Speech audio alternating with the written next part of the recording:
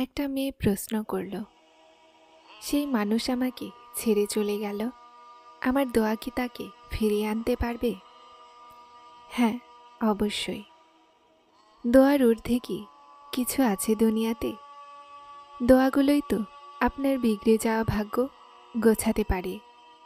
আপনি আল্লাহর ওপরে বিশ্বাস রাখুন, যেটাই হবে উত্তম হবে, সেটা অবশ্যই আপনাকে দান করা হবে।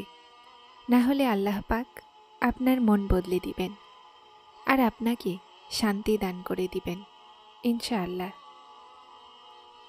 আল্লাহর পরিকল্পনা আপনার ধারণাতেও নেই। আল্লাহ উত্তম নয়, সর্বোত্তম দেন। তাই এজন্য প্রশান্ত থাকুন। যেটাই হবে সেটা উত্তম প্রমাণিত হবে আপনার হকে একদিন ইনশাআল্লাহ। আপনিও আপনার জন্য এতটা উত্তম ফয়সালা করতে পারতেন না, যে ফয়সালা আল্লাহ আপনার জন্য অনেক আগেই করে রাখেন। আপনি কাউকে চান, কিন্তু তিনি তো আপনাকে চান। কেন তাহলে আপনাকে সেটা দিবেন না যা আপনি এত অস্থির হয়ে বারবার দোয়াগুলোতে যাচ্ছেন? একদিন তোমার কাছে সে সব কিছু হবে যেটা পাওয়ার আশায় তুমি দোয়া করো, রাতগুলোতে ওঠো।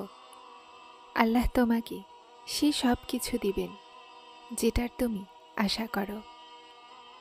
তোমার অপেক্ষা জায়া হবে না। শোনো, আল্লাহর দয়ায় তোমার নিকাহ যেন তোমার ভালোবাসার সাথে হয়, যার জন্য তুমি কাঁদো, যার জন্য তুমি দোয়াগুলো চাও।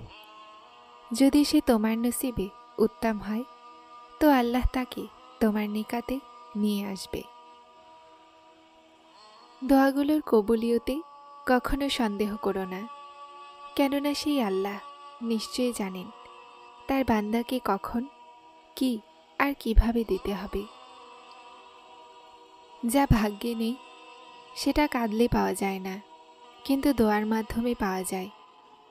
দোয়ার শক্তিকে কখনো কম ভেবো না। এক দোয়াই আছে যা আপনার জীবন বদলাতে পারে। সব জিনিস ভাগ্যের মাধ্যমে পাওয়া যায় না, কিছু জিনিস দোয়াগুলোর মাধ্যমেও পাওয়া যায়।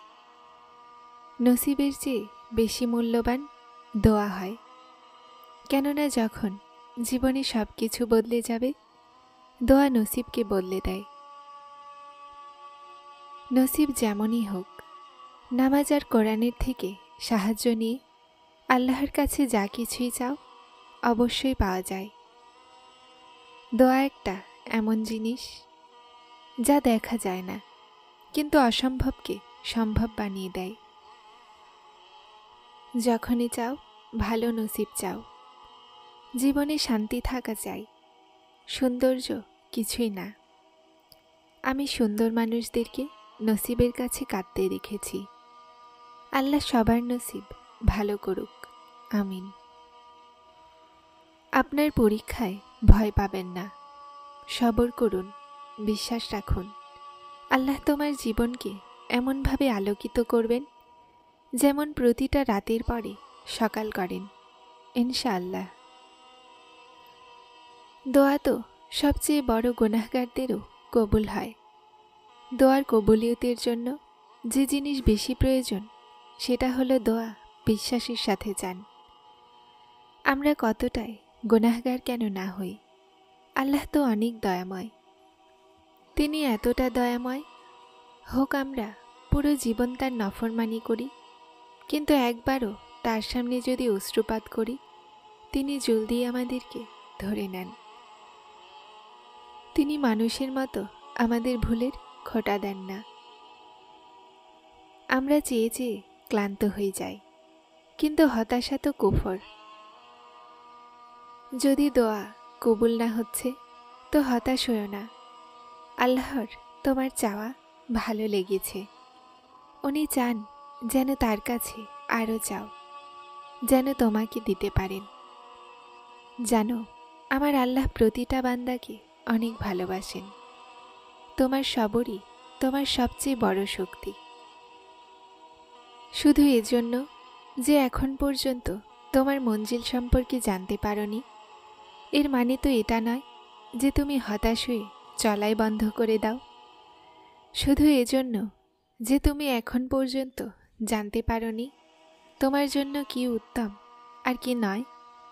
এটার মানে তো এটা নয় যে তুমি আল্লাহর সামনে হাত তোলায় ছেড়ে দিবে।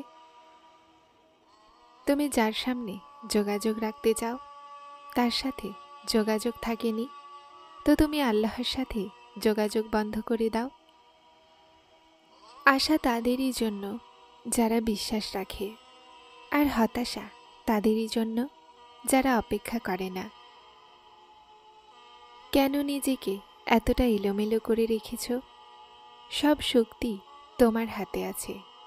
দোয়ার জন্য এগুলোকে তোলো, আর তারপর দেখো কি না হয়।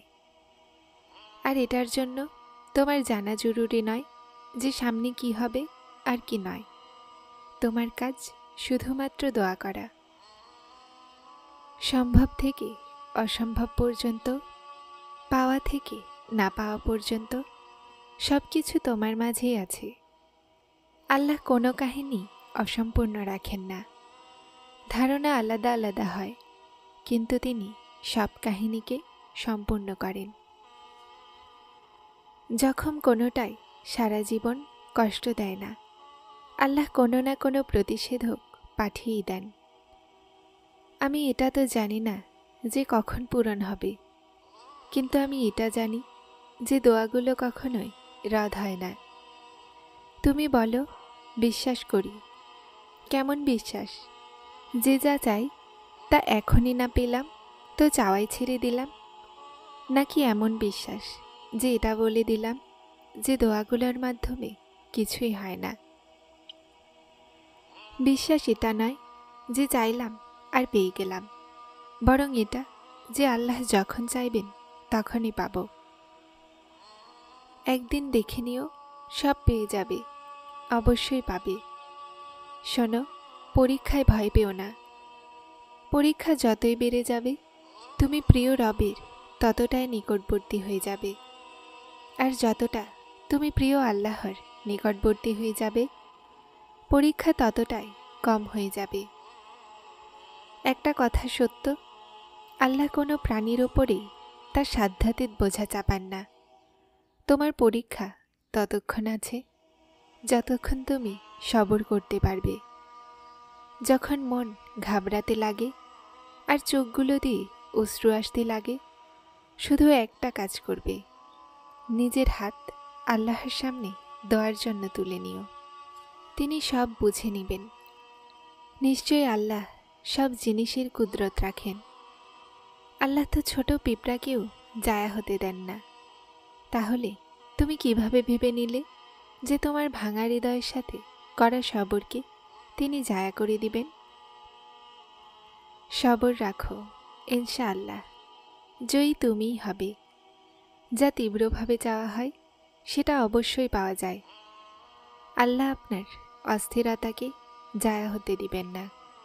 উনি অন্তরের হাল সম্পর্কে অবগত। যদি নসিবে উত্তম হয় তো যা তুমি চাও তুমি সেটাই পাবে। বারবার একই দোয়াকে প্রতিটা নামাজে চাওয়া কাকতালীয় নয়। বিশ্বাস রাখো, যদি আল্লাহ মন থেকে সেটার খেয়াল বের না করেন তো সেই দোয়া কবুল হওয়া তোমার নসিবে লেখা হয়ে গেছে। শোনো, যখন তোমার হকে উত্তম হবে তো তিনি কোন বলবেন আর ফায়াকুনের মজেজা হয়ে যাবে। যারা চ্যানেলটিতে নতুন এসেছেন তারা সাবস্ক্রাইব করে হেদায়েতের সাথে থাকুন। আসসালামু আলাইকুম।